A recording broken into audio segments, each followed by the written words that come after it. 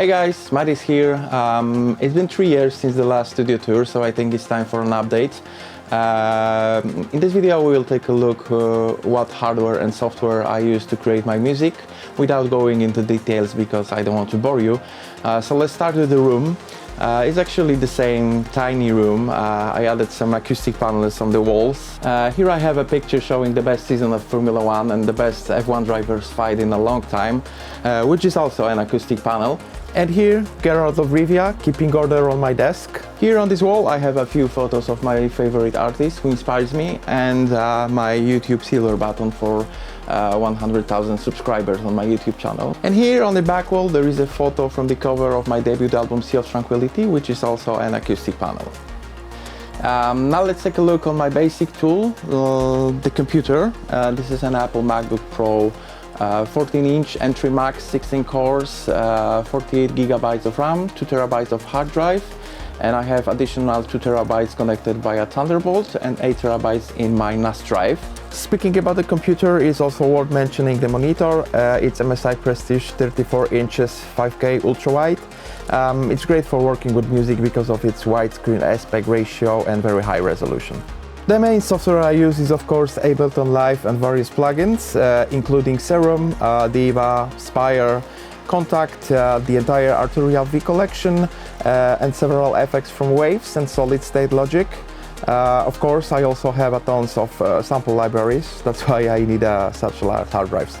The additional tiny monitor here is TC Electronic Clarity M Stereo, and this is a great solution for monitoring and keeping an eye on volume level and correlation. It helps a lot to keep it track at the same level, which makes mixing and mastering much easier. Here below I have a Elgato Stream Deck XL, which is a perfect helper for Ableton Live.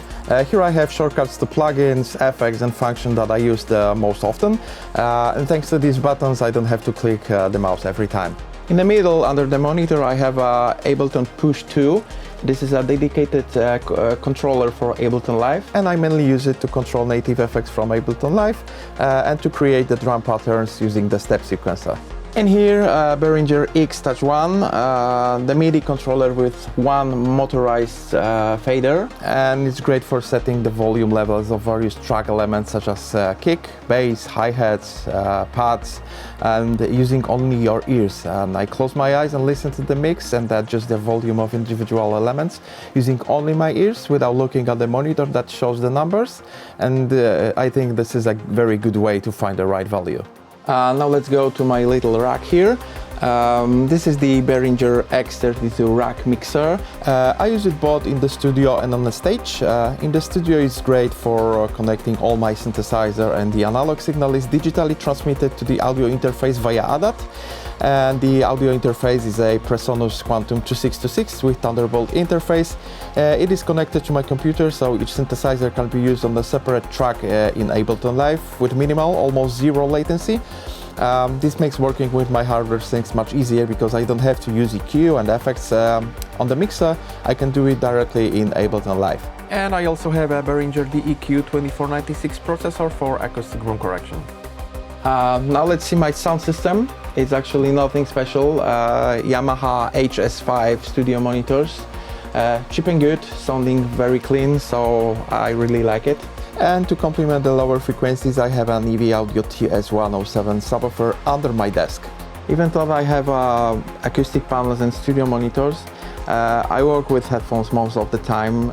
It helps me to focus more on my work, hear more details, and isolate myself from ambient sounds like my cats or airplanes or mowing the grass outside the window. And my everyday headphones are the Audio-Technica ATH M50X. Again, nothing special, but I like them a lot. Anyway, at the end of work on my each track, each album, I always go to a professional studio, and together with the sound engineer, we listen to my projects on huge Genelec studio monitors and making final corrections together. Now let's take a look at the synthesizers. Here on my left, Arturia Polybrute, a very powerful analog polyphonic synthesizer. It's great for main leads, pads and interesting sequences. It's great both in the studio and the stage, although it's damn heavy, so you have to go to the gym before the concert for sure. Next, Moog Subsequent 37. Another analog synthesizer, this time monophonic, great for powerful and deep bass lines or analog sounding sequences. Also great both in the studio and on the stage. Here at the front of the desk is my main MIDI keyboard. It's a Native Instruments Complete Control S61 Mark II in a limited edition white color. It is basically a MIDI controller that I use both in the studio and the stage to control plugins in Ableton Live. Yeah, this color is outstanding. Next one, Access Virus TI2, one of the best sounding digital synthesizers of all time. Great sound quality, lots of interesting sounds and unlimited possibilities. And yeah, it inspires me to create a lot of my tracks. And here, Behringer Solina, the legendary string machine in a small box. And as a Jean-Michel Jarre fan, I had to have it. Above Solina, two shining MIDI controllers, which you may know if you watch my live concert in Krakow or other live videos. These are two pieces of Array Touch. Actually, I don't know how to pronounce it, so I hope Array Touch is correct. Okay, Array Touch controllers that I use only on stage. They are connected to Akai Force, which is used as a sampler, and believe me, playing them on stage is a great pleasure.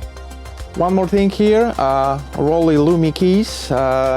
It is actually a tiny wireless MIDI keyboard. Great on the road or in the bed, but it's also useful here in the studio for controlling plugins or synths when I want to have something small at hand.